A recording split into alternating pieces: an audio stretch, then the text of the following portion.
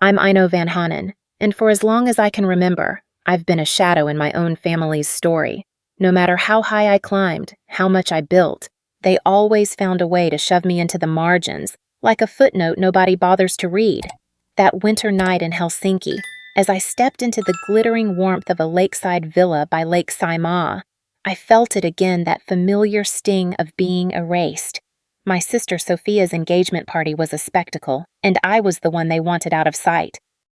Before starting this story, if you are listening from USA, please leave a comment with number 9. And if you are from another country, please leave the name of your lovely country. Don't forget to like the video and subscribe to the channel to listen to more stories.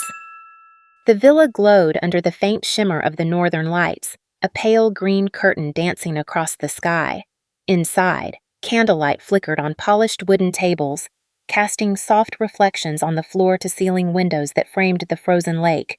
The air smelled of pine and smoked salmon, mingling with the laughter of guests wrapped in elegant wool coats. It was January, the kind of cold that bit through your gloves, but the warmth of the party felt exclusive, like it wasn't meant for me. I smoothed my navy dress, my heels clicking softly on the hardwood, and followed a server to the seating chart. My name, written in delicate silver ink, sat under table 12.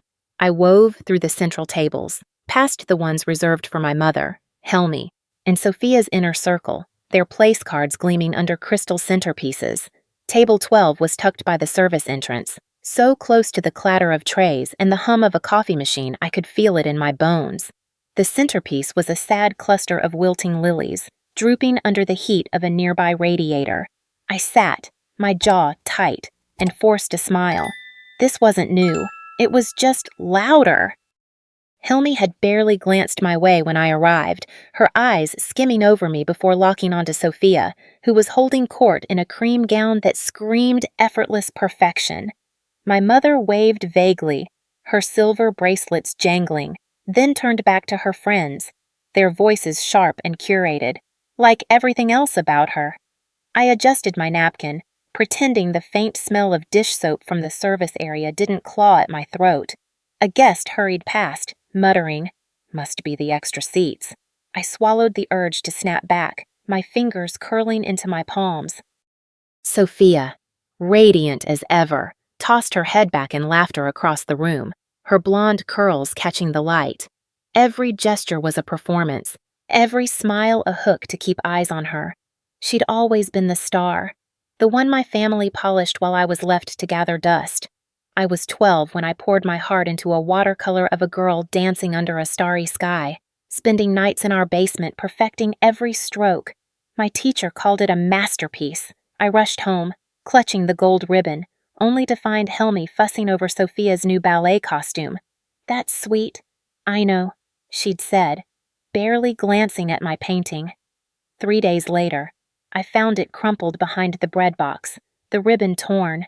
That was the first time I realized love could be a choice they didn't make for me. Now, as I sat at table 12, the weight of that memory burned in my chest. Why did I keep coming back, hoping for a different ending? What would it take to make them see me?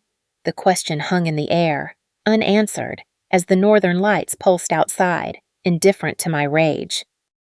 The grand hall of Hotel Camp buzzed with the clink of crystal glasses and the soft strains of a string quartet, their notes weaving through the laughter of Sophia's engagement party. I sat at table 12, my fingers gripping the edge of a linen napkin, the faint whiff of dish soap from the service area behind me a constant reminder of my place. Outside, the northern lights shimmered across Helsinki's January sky, a ghostly green veil that felt more welcoming than the warmth inside. This wasn't just a party, it was Sophia's stage, and I was the prop they'd shoved into the wings. My chest burned, not from the cold seeping through the tall windows, but from the raw sting of being erased by the people who should have known me best. A woman in a sapphire shawl settled beside me, her smile warm but probing. "You're Sophia's sister, aren't you?" "What do you do?" she asked, her voice carrying a genuine curiosity that made my throat tighten. Before I could speak, Sophia's laugh cut through the hall like a blade. "Oh, I know. She's a genius with paperwork, she called from across the room, her tone laced with a saccharine venom that only I seemed to hear.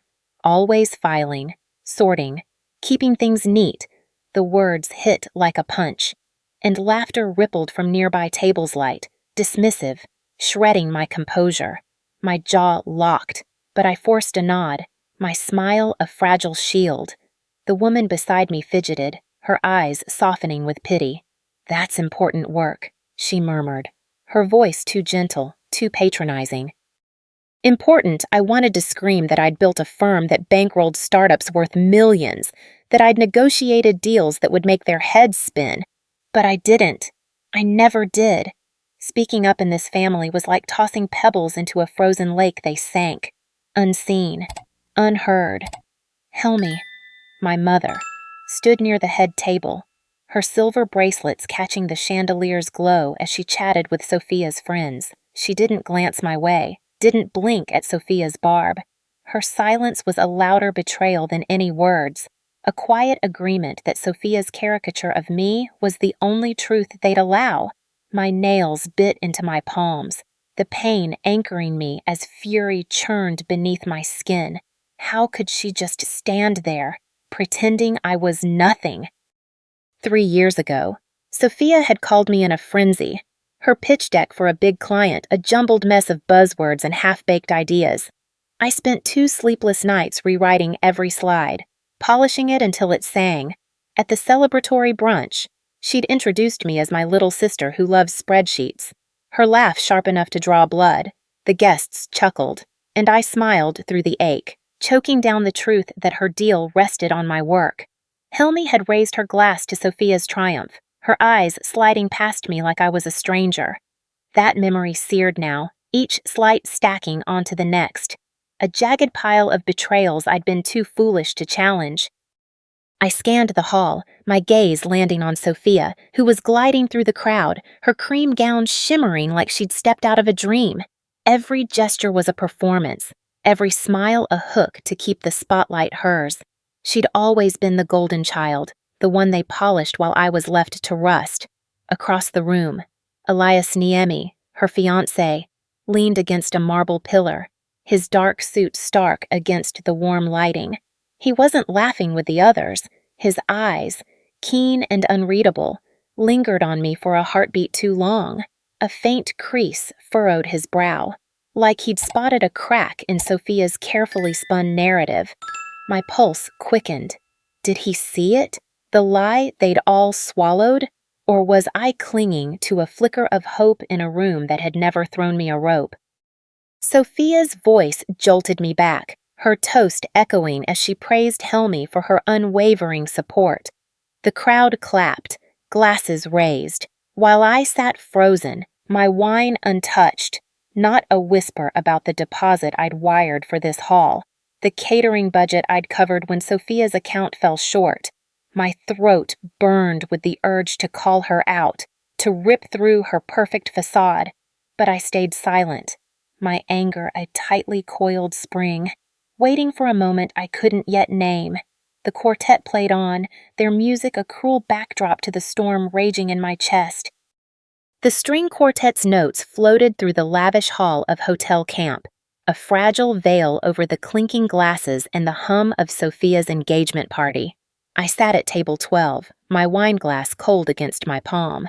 Sophia's mocking words, genius with paperwork, still searing my mind like a fresh wound. The northern lights shimmered outside Helsinki's tall windows, their ghostly green glow a quiet witness to the rage I buried beneath a brittle smile. The air in the hall felt thick, not with warmth, but with the weight of lies I'd let fester for too long. Sophia's laughter, sharp and performative, echoed from the head table, pulling every eye to her cream-gowned silhouette. I gripped my glass tighter, the urge to shatter her facade burning hotter with each passing second. My gaze drifted, searching for something to anchor me, and landed on Elias Niemi, Sophia's fiancé. He stood by a marble pillar, his dark suit stark against the chandelier's golden light. Unlike the crowd, he wasn't clapping along to Sophia's charm. His eyes, sharp and unreadable, locked onto me with an intensity that made my pulse stutter. A faint crease furrowed his brow, like he'd spotted a flaw in the script Sophia had so carefully written. He pulled out his phone, his thumbs moving swiftly, the screen's blue glow casting shadows across his angular face. My stomach knotted. What was he digging for? I looked away, fussing with my napkin, but the air shifted, heavy with a tension I couldn't name. Sophia's voice cut through again, her toast ringing out about new beginnings and family support. The crowd raised their glasses, oblivious to the deposit I'd wired for this very hall, the catering budget I'd covered when Sophia's account ran dry. The injustice scorched my throat, a fire I'd smothered for years. How dare she erase me while standing on my dime? I glanced back at Elias, and my breath caught. His eyes widened, fixed on his phone, his lips parting in a silent gasp. He'd found it. I knew it before he moved, a gut-deep certainty that sent my heart racing. The truth I'd buried was clawing its way to the surface. Elias stepped forward, weaving through the crowd with purpose, his phone still in hand. He stopped near Sophia's table, his voice low but piercing. "I know. You run Van Hanen Ventures, don't you?" The question sliced through the chatter, heads turning like ripples across Lake Saimaa. Sophia froze, her glass hovering mid-sip, her smile faltering for a heartbeat. I nodded, my voice steady despite the storm in my chest. "Yes, that's my firm." Elias held up his phone, the screen blazing with a headline I'd seen a dozen times: top female founders under 40. My photo stared back, alongside the words, $7 million in assets. A murmur rippled through the room, soft at first, then swelling like wind through Helsinki's pine forests. Sophia recovered fast, her laugh too loud, too brittle. "Oh, that's just some old fluff piece," she said, waving a hand like she could swat the truth away. "Those lists are all hype, you know." But her eyes darted to me, sharp and panicked, a performer who'd missed her mark. The guests didn't laugh. A woman at a nearby table whispered to her friend, her phone already out, fingers tapping. Another guest's brows lifted as he scrolled. The murmurs grew louder, a tide of curiosity washing over Sophia's carefully curated stage. Helmi's bracelets jingled as she edged closer to Sophia, her lips pursed, her eyes flicking to me with a flash of unease. She whispered something, but Sophia shook her head, her smile now a tight, trembling line. I sat still, my heart pounding, feeling the room shift like ice cracking underfoot. For the first time that night, I wasn't the invisible sister sorting files. I was Ino Van Hanen, the woman who'd built an empire while they laughed. Elias's gaze met mine again, a silent nod that carried more weight than any apology. The truth was out, a spark ready to ignite the lies Sophia had spun. My anger, once a coiled spring, now surged with possibility. I wasn't just seen, I was undeniable, and the fire in my veins burned brighter than the northern lights outside. The grand hall of Hotel Camp pulsed with the fading notes of the string quartet, the air thick with the scent of pine and the clink of glasses. I stood in a quiet hallway just off the main sitemap, my heart hammering against my ribs, the glow of the northern lights filtering through a window like a cold, unyielding truth. Elias's discovery my name blazing on his phone screen, tied to $7 million, had shifted the room's gravity, but the real storm was brewing now. Sophia's brittle laugh still echoed in my ears, her fluff piece dismissal a desperate attempt to keep me in the shadows. My fingers trembled, not with fear, but with a fury I could no longer cage. I'd swallowed their lies for too long, and tonight I was done playing the invisible sister. I'd slipped away from table 12 to retrieve my shawl from a side room, needing a moment to breathe, to steady the rage threatening to spill over. That's when I saw it, a portable printer humming softly in the corner, a single sheet of paper resting in its tray. I almost ignored it, assuming it was a menu or a vendor's note, but something pulled me closer.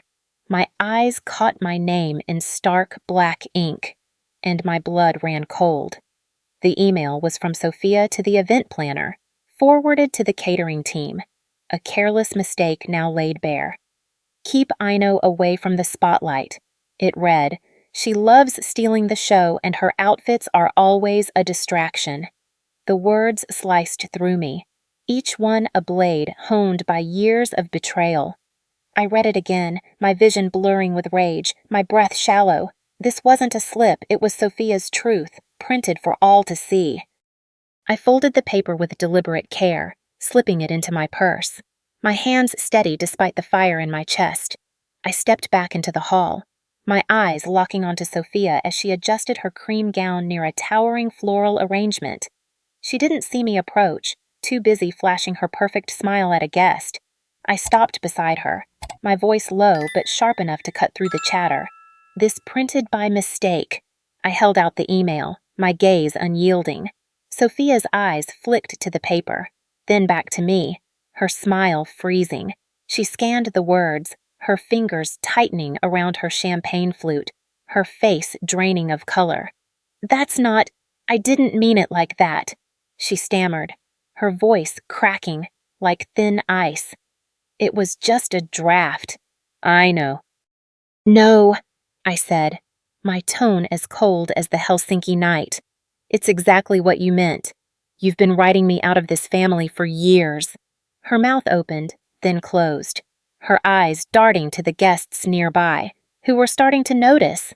Helmi appeared, her silver bracelets jangling, her lips pursed in a familiar mask of control. She plucked the email from Sophia's hand, her eyes skimming the lines, her expression flickering with something close to panic. "This is a misunderstanding," she said, her voice syrupy, the same tone she'd used to dismiss me since I was a girl. "We're all under pressure tonight." I stepped closer, my voice steady, each word a hammer striking their facade. "This isn't pressure. It's a pattern. You've erased me to keep Sophia's spotlight clean, and I'm done letting it slide." Sophia scoffed, her voice rising, sharp and defensive. "You're blowing this out of proportion. I know. Always so dramatic." I held her gaze, my anger a white-hot flame I no longer hid. "Dramatic, no. Sophia, I'm precise, and you're not used to anyone calling you out for your lies." The hallway fell silent, the quartet's music a distant hum. Helmi's hand gripped Sophia's arm, her eyes darting between us. But she said nothing. For once, her silence wasn't enough to bury me. I turned, the email still in my hand, my steps measured as I moved back toward the main hall. The guests' whispers followed me, their eyes flickering with curiosity, some with unease. Sophia's perfect night was unraveling, and I hadn't raised my voice. I didn't need to. The truth was louder than any scream, and it was only the beginning. My heart pounded, not with doubt, but with a clarity I'd never felt before. They'd tried to keep me small, but I was about to show them just how big I could be. The grand hall of Hotel Camp shimmered under the chandelier's glow, but the air felt charged, like the northern lights outside had seeped into the room, crackling with unspoken truths. I stood at the threshold of the main sitemap, the email from Sophia, her venomous words about keeping me from the spotlight still clutched in my hand. My confrontation in the hallway had left Sophia's face pale, Helmi's control fraying. But I wasn't done. The rage that had simmered for years, stoked by their lies and dismissals, now burned steady, a flame I wielded with precision. I stepped back into the hall, my navy dress brushing the polished floor, my heart a drumbeat of defiance. This was my moment to rewrite the story they'd forced me to play. I approached the head table, where Sophia stood, her cream gown a stark contrast to her forced smile. Guests turned, their whispers fading into a tense hush. I didn't raise my voice. I didn't need to. "This," I said, holding up a folded document from my purse, "is the contract that funded tonight's celebration." I placed it on the table, the paper landing with a soft thud that echoed louder than any shout. The contract bore my name, my signature, and the sum I'd paid 6 weeks ago to secure this hall. A guest nearby leaned forward, her eyes widening. I pulled out another sheet, my original invitation design, elegant and bold, with my name listed as host alongside Sophia and Elias. And this, I continued, my voice clear, was meant to include me. You chose to erase me instead. Sophia's smile crumbled, her hands trembling as she reached for the contract, then stopped. Helmi stepped forward, her bracelets silent for once, her lips parted but wordless. The crowd stirred, phones glowing as guests exchanged glances, some scrolling, others murmuring. A woman in a sapphire shawl whispered, "She paid for all this." Another guest nodded, her expression shifting from confusion to respect. Elias stood by the pillar, his arms crossed, his nod a quiet acknowledgement of the truth I'd laid bare. Sophia's eyes darted to the crowd, searching for an ally, but found none. Her stage was collapsing, and I hadn't lifted a finger to push it. I turned to face the room, my gaze sweeping over faces that had once dismissed me. "I didn't come here to steal anyone's light," I said, my voice steady, slicing through the silence. "But I'm done letting you dim mine." The words landed like stones in still water, rippling through the hall. A guest near the back nodded, her eyes bright with understanding. Another, one of Sophia's friends, looked away, her cheeks flushed with shame. The truth wasn't just mine anymore, it was theirs to grapple with. I walked away, my steps deliberate, the weight of their gazes following me. Outside, the Helsinki night embraced me, the cold January air sharp against my skin. I didn't look back. Days later, a package arrived at my doorstep, wrapped in plain brown paper. My father Juhani's handwriting scrawled across it. Inside was a copy of my first book, its pages marked with his careful underlining, and a note I read it twice. "Aino, wants to know your words, wants to hear your heart." I should have listened sooner. My throat tightened, not with anger, but with a fragile hope. I called him that night, and we spoke, not as strangers, but as two people starting anew. I packaged a copy of my new book, signing the title page with a steady hand, and mailed it to Helmi.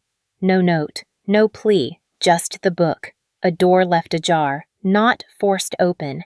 I didn't need her apology. I didn't need their validation. For the first time, I stood in my own truth, unapologetic and free. The Northern Lights had witnessed my silence. Now they saw my strength. I'd built a life they couldn't touch, and as I stepped into the Helsinki dawn, I knew I'd never shrink again. My story was mine to tell, and I was just beginning. The Helsinki dawn broke over Lake Saimaa, its pale light filtering through the pines, a quiet promise of new beginnings. I stood outside my apartment, the chill of January biting my skin, but my heart felt lighter than it had in years. The weight of Sophia's lies, Helmi's silence, and a lifetime of being erased no longer pinned me down. I'd walked away from that glittering hall at Hotel Camp, not with vengeance, but with a truth that burned brighter than the Northern Lights. My story wasn't just about exposing their betrayal, it was about claiming my place, unapologetically, in a world that tried to shrink me. For too long, I let silence keep the peace, believing it was my role to stay small, to let Sophia shine while I faded. But silence doesn't heal, it festers. Every time I swallowed their slights, every time I let their narrative stand, I lost a piece of myself. That night, I learned that truth doesn't need a megaphone. It needs courage, standing up, laying out the contract, the invitation. My reality, it wasn't about tearing them down. It was about building myself up, brick by brick, until no one could look away. My father's letter, his quiet regret, showed me that even the deepest wounds can start to mend when someone finally listens. Sending that book to Helmi wasn't a plea for forgiveness, it was a declaration that I was done waiting for their approval. If you've ever felt invisible in your own family, like your voice was drowned out by someone else's spotlight, know this, you're not alone. Your truth is a fire, and no one can dim it unless you let them. Don't wait for permission to shine. Speak up, stand tall, and let the world see you. Have you ever been pushed aside by those closest to you? Drop your story in the comments. I want to hear it.